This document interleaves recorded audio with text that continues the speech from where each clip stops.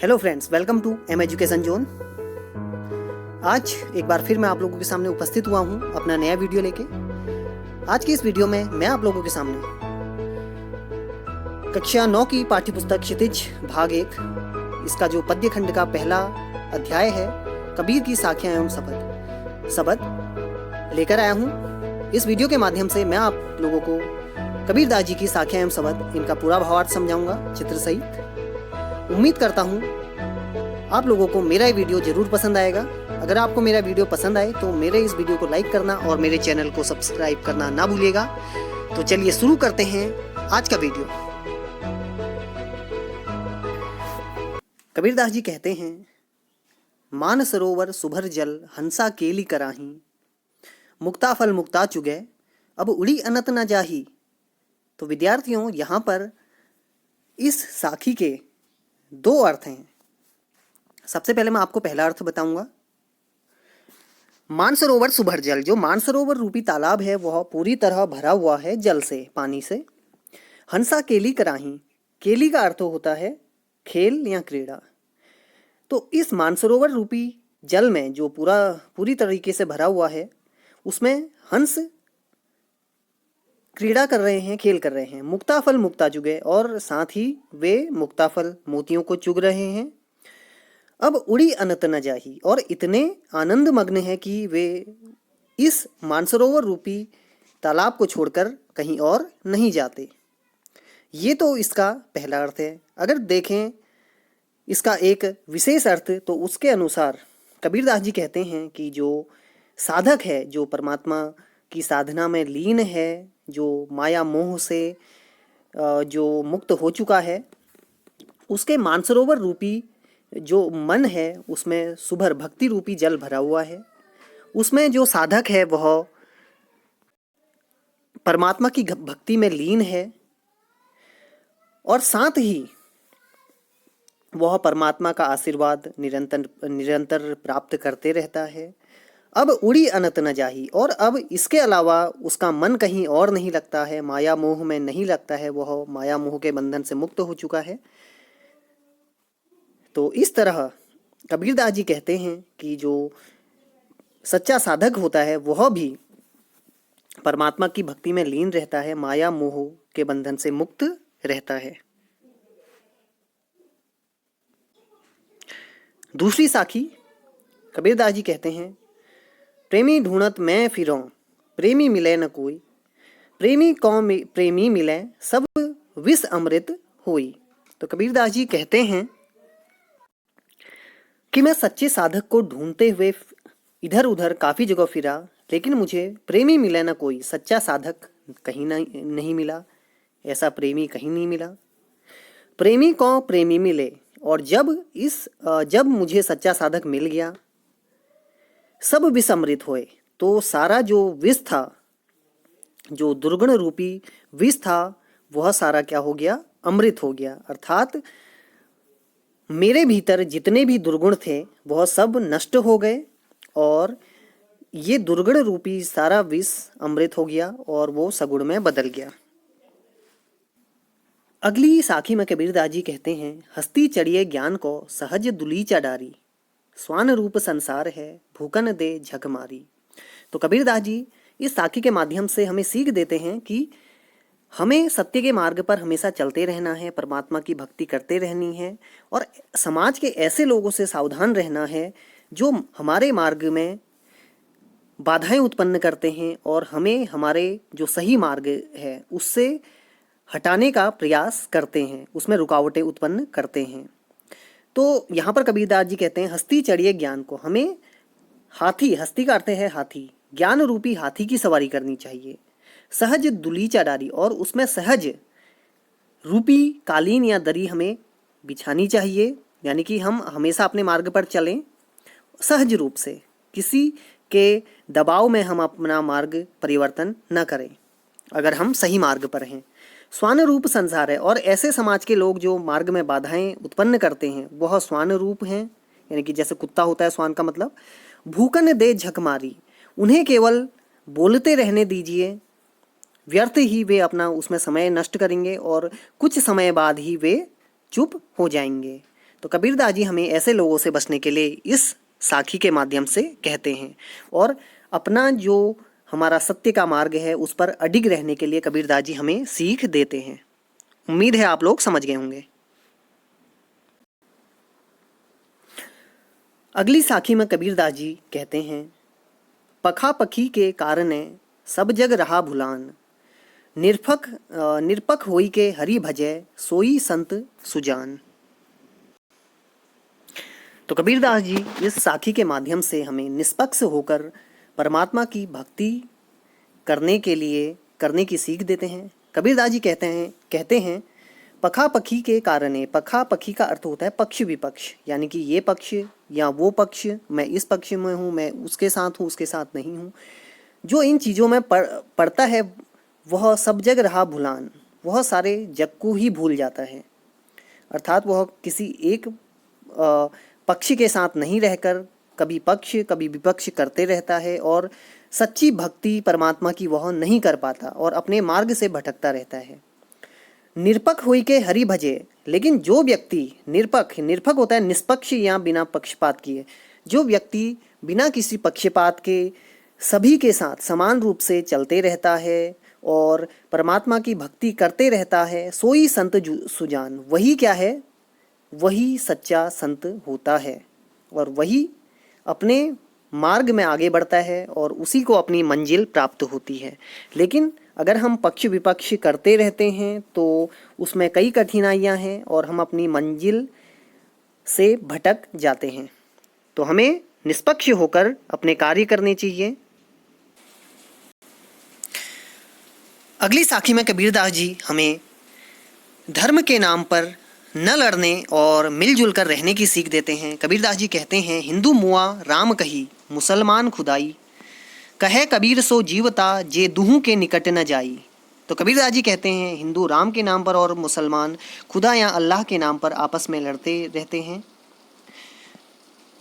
जो कि बहुत ही गलत बात है। कबीर सो जीवता, तो कबीरदास जी कहते हैं वही जीवित रहता है जे दुहू के निकटे न जाई, जो इन दोनों के नाम पर लड़ते नहीं हैं, मिलजुल कर रहते हैं। और साथ ही कबीरदास जी हमें यह भी सीख देते हैं कि चाहे कोई भी धर्म हो, कोई भी जाति हो, सभी लोगों को आपस में मिलजुल कर रहना चाहिए, तभी वह सच्चा साधक बन सकता है और तभी उसका जीवन सफल हो सकता है। अगली पंक्ति में भी कबीरदास जी आपस में मिलजुल कर रहने की यही सीख देते हैं। कबीरदास जी कहते हैं, काबा फिरी काशी भया, राम ही भया रहीम, मोट चून मैदा भया, रहा कबीरा जीम। तो विद्यार्थियों, काबा का जो अर्थ है मुस्लिम धर्म का पवित्र स्थल है और जो काशी है वह हिंदू धर्म का पवित्र स्थल है। मोट चून का अर्थ मोटा आदा, जीम का अर्थ भोजन करिए। इसके जो मुख्य जो कठिन शब्दार्थ हैं। तो कबीरदास जी यहाँ पर कहते हैं कि जो साधक या मनुष्य धार्मिक भेदभाव से ऊपर उठ जाता है तो उसके लिए काबा व काशी के बीच कोई भी ब्रह्म अंतर नहीं रह जाता, ये सारा अंतर समाप्त हो जाता है। राम और रहीम के बीच जो तात्विक अंतर होता है वह भी समाप्त हो जाता है। जैसे मोट चून मैदा भया, रहा कबीरा जीम। जैसे कि देखिए, जो मोट चून या जो मोटा आटा होता है जब वह महीन हो जाता है तो उससे ही क्या बनता है, मैदा बनता है। और कबीरदास जी कहते हैं हम उसका ही आनंद लेते हैं। इस तरह सभी जो मनुष्य हैं परमात्मा की एक अमूल्य देन है, परमात्मा के बनाए गए हैं। तो हमें आपस में धर्म के आधार पर, जाति बंधन के आधार पर कभी आपस में भेदभाव नहीं करना चाहिए, लड़ाई झगड़ा नहीं करना चाहिए, बल्कि मिलजुल कर रहना चाहिए। और इस जो हमारा जीवन है उसका सही अर्थों में तभी हम आनंद ले सकते हैं।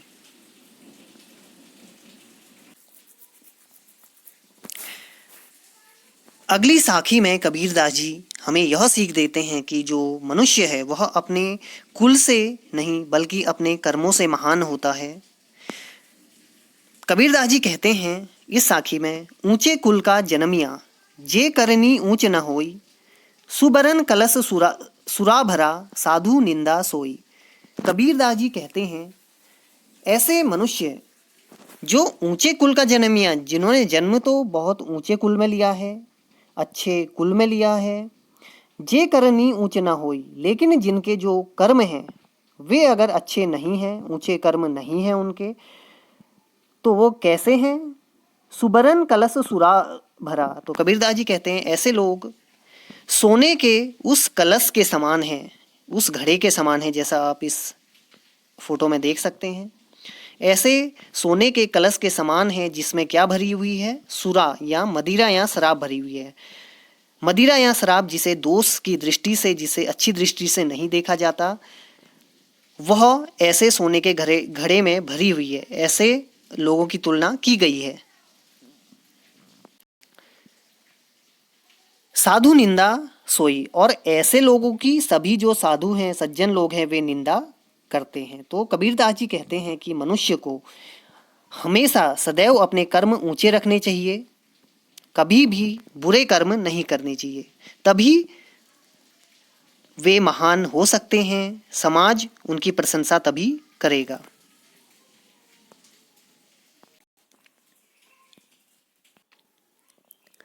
चलिए शुरू करते हैं अब शब्द।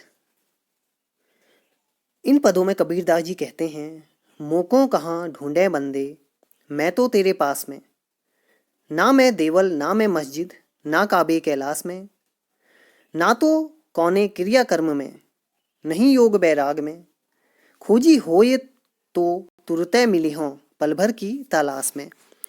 कहें कबीर सुनो भाई साधो सब श्वासों की श्वास में। कबीरदास जी के अनुसार जो परमात्मा है वह मनुष्य के भीतर ही है, और मनुष्य उसे व्यर्थ ही चारों ओर ढूंढते फिरता है, पूरे संसार में ढूंढता फिरता है। तो परमात्मा कहता है मोको कहाँ ढूंढे बंदे, मैं तो तेरे पास में। तो परमात्मा जो है वो कहता है कि हे मनुष्य, तू व्यर्थ ही मुझे कहाँ कहाँ ढूंढता फिरता है, मैं तो तेरे पास में, लेकिन मैं तो तेरे पास हूँ, तेरे भीतर ही हूँ। ना मैं देवल ना मैं मस्जिद, ना तो मैं देवल में हूँ, देवल यानी मंदिर, ना मैं मस्जिद, ना मैं मस्जिद में हूँ, ना काबे कैलाश में, और ना मैं काबे में हूँ ना कैलाश में हूँ, ना तो कौने क्रिया कर्म में, नहीं योग बैराग में, ना तो मैं किसी क्रिया कर्म में हूँ, और नहीं ना ही मैं योग में और बैराग, बैराग यानी संन्यास में हूँ। खोजी हो ये तो तुरते मिल हो। तो परमात्मा कहता है कि अगर हे मनुष्य, अगर तू मुझे ढूंढेगा तो मैं तुरंत ही मिल जाऊंगा, पल भर की तलाश में, मैं तुझे पल भर में ही मिल जाऊंगा। कहे कबीर सुनो भाई साधो सब श्वासों की श्वास में। तो जो परमात्मा है, कबीरदास जी कहते हैं कि जो परमात्मा है वह हम सभी की सांसों में है, श्वासों की श्वास में, यानी कि जो मनुष्य है सभी मनुष्यों की सांसों में है, उनके भीतर है, और वह व्यर्थ ही परमात्मा को जगह जगह ढूंढता फिरता है। जबकि परमात्मा को पाना बहुत आसान है, अगर मनुष्य अच्छे कार्य करे, कभी किसी को दुख ना दे, और सच्चे मन से परमात्मा की भक्ति करे। तो चलिए शुरू करते हैं अब शब्द। इन पदों में कबीरदास जी कहते हैं, मोको कहाँ ढूंढे बंदे, मैं तो तेरे पास में, ना मैं देवल ना मैं मस्जिद, ना काबे कैलाश में, ना तो कौने क्रिया कर्म में, नहीं योग बैराग में, खोजी होए तो तुरते मिली हों पल भर की तलाश में। कहें कबीर सुनो भाई साधो सब श्वासों की श्वास में। कबीरदास जी के अनुसार जो परमात्मा है वह मनुष्य के भीतर ही है, और मनुष्य उसे व्यर्थ ही चारों ओर ढूंढते फिरता है, पूरे संसार में ढूंढता फिरता है। तो परमात्मा कहता है मोको कहाँ ढूंढे बंदे, मैं तो तेरे पास में। तो परमात्मा जो है वो कहता है कि हे मनुष्य, तू व्यर्थ ही मुझे कहाँ कहाँ ढूंढता फिरता है, मैं तो तेरे पास में, लेकिन मैं तो तेरे पास हूँ, तेरे भीतर ही हूँ। ना मैं देवल ना मैं मस्जिद, ना तो मैं देवल में हूँ, देवल यानी मंदिर, ना मैं मस्जिद ना मैं मस्जिद में हूँ, ना काबे कैलाश में, और ना मैं काबे में हूँ ना कैलाश में हूँ, ना तो कौने क्रिया कर्म में, नहीं योग बैराग में, ना तो मैं किसी क्रिया कर्म में हूँ, और नहीं ना ही मैं योग में और बैराग, बैराग यानी संन्यास में हूं। खोजी हो ये तो तुरते मिल हो। तो परमात्मा कहता है कि अगर हे मनुष्य, अगर तू मुझे ढूंढेगा तो मैं तुरंत ही मिल जाऊंगा, पल भर की तलाश में मैं तुझे पल भर में ही मिल जाऊंगा। कहे कबीर सुनो भाई साधो, सब श्वासों की श्वास में। तो जो परमात्मा है, कबीरदास जी कहते हैं कि जो परमात्मा है वह हम सभी की सांसों में है, श्वासों की श्वास में, यानी कि जो मनुष्य है सभी मनुष्यों की सांसों में है, उनके भीतर है, और वह व्यर्थ ही परमात्मा को जगह जगह ढूंढता फिरता है। जबकि परमात्मा को पाना बहुत आसान है, अगर मनुष्य अच्छे कार्य करे, कभी किसी को दुख ना दे और सच्चे मन से परमात्मा की भक्ति करे तो। आगे अगले पद में कबीरदास जी ने ज्ञान की तुलना एक ऐसी आंधी से की है जिस आंधी के आने से मनुष्य के जीवन में कई तरह के परिवर्तन होते हैं। उन परिवर्तनों को यहाँ पर कबीरदास जी ने बड़ी ही सुंदरता से हमारे सामने प्रस्तुत किया है। चलिए देखते हैं कबीरदास जी क्या कहते हैं। कबीरदास जी इन पदों में कहते हैं, संतों भाई आई ज्ञान की आंधी रे, भ्रम की टाटी सबे उड़ानी, माया रहे न बांधी, हिति चित्त की द्वै द्वै थूनी गिरानी, मोह बलिंडा टूटा, तृष्णा छानी परी घर ऊपरी, कुबधी का भांडा फूटा। तो कबीरदास जी कहते हैं कि संतो भाई, हे सज्जन भाइयों, आई ज्ञान की आंधी, ज्ञान रूपी आंधी आ गई है। भ्रम की टाटी सबे उड़ानी, टाटी का अर्थ जो आपने देखा होगा, जो टाट होती है जो बांस की बनी हुई होती है, उसे जो पर्दा टाइप का बना होता है, आप पिक्चर में भी देख सकते हैं। तो जब ये ज्ञान रूपी आंधी आई तो जो भ्रम रूपी टाटी थी वह उड़ गई, माया रहे न बांधी, और जिस माया ने उसे बांधा हुआ था वह भी हट गया। यानी कि जब मनुष्य को ज्ञान की प्राप्ति हो जाती है, जब माया मोह हट जाती है, तो उसके जीवन से भ्रम रूपी टाटी उड़ जाती है, भ्रम हट जाता है। हिति चित्त की द्वै थूनी गिरानी, इसके अलावा जो मनुष्य के अंदर हिति चित्त यानी कि जो स्वार्थ की जो भावना होती है उसकी थूनी गिरानी, उसके क्या हुआ, ये जो ज्ञान की आंधी आई उससे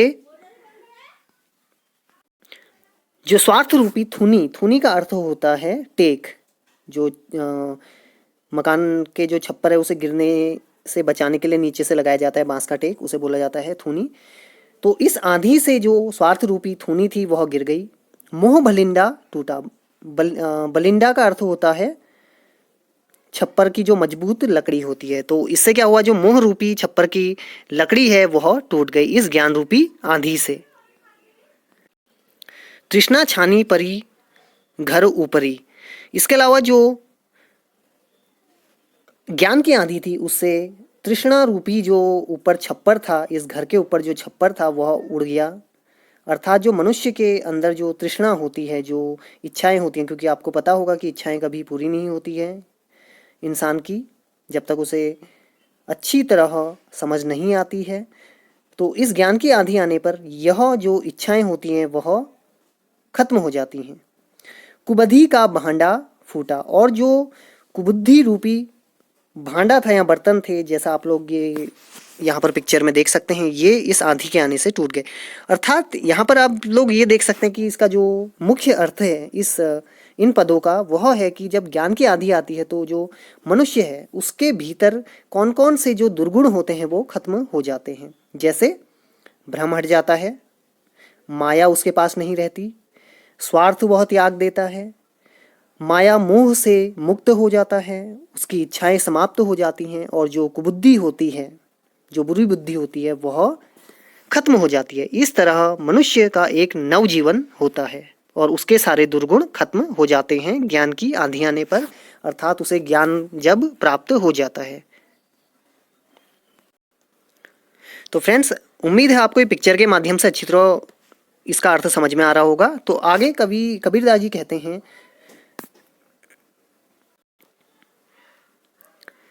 जोग जुगति करी संतों बाधी, निर्चू चुवै न पानी, कूड़ कपट काया का निकसिया, हरि की गति जब जानी। आंधी पीछे जो जल बूठा, प्रेम हरिजन भीना, कहे कबीर भान के प्रगटे, उदित भयातम खीना।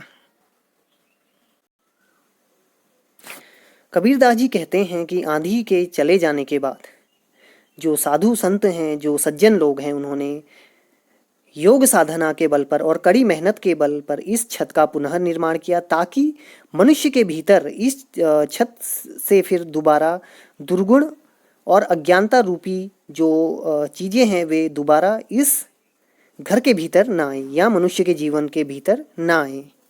अर्थात जो मनुष्य है उसके जो दुर्गुण है जो खत्म हो गए थे वो दोबारा अंदर ना आए। तो इस तरह उन्होंने उसे दोबारा पुनर्निर्माण किया। कूड़ कपट काया का निक्षा, और जैसा कि अभी आपको बताया कि जितना भी जो कूड़ा करकट था, जो मनुष्य के भीतर जो दुर्गुण थे वो सब निकल गया। हरि की गति जब जानी, जब उन्होंने हरि की गति जानी यानी परमात्मा की जब ज्ञान हो गया उन्हें, तो उनके जीवन से सारा जो दुर्गुण रूपी कूड़ा करकट था वो खत्म हो गया, निकल गया। आंधी पीछे जो जल बूठा, प्रेम हरिजन भीना, कहे कबीर भान के प्रगटे, उदित भयातम खीना। कबीरदास जी कहते हैं कि आंधी पीछे जो जल बूठा, बूठा का अर्थ होता है बरसना।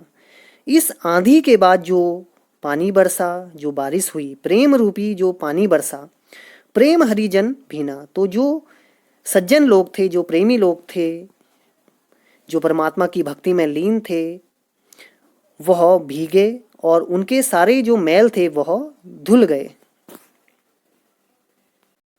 जैसा कि आप लोग इस पिक्चर में देख सकते हैं। ये केवल एक सांकेतिक पिक्चर है। कहे कबीर भान के प्रगटे, उदित भयातम खीना। तो पहले अर्थ देख लेंगे। भान, भान का अर्थ होता है भानु या सूरज।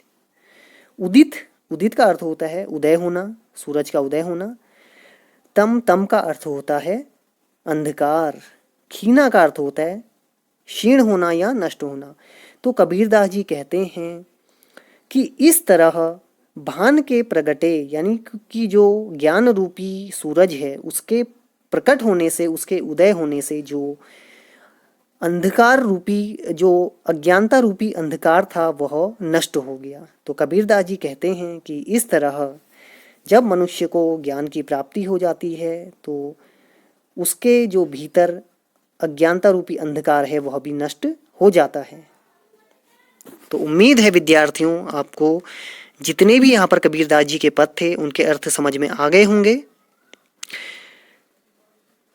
मैं जल्द ही फिर से अपना नया वीडियो लेकर आप लोगों के सामने फिर से उपस्थित होऊंगा। अगर आपको मेरा ये वीडियो पसंद आए तो इस वीडियो को लाइक करना और मेरे चैनल को सब्सक्राइब करना ना भूलिएगा। तब तक के लिए थैंक यू।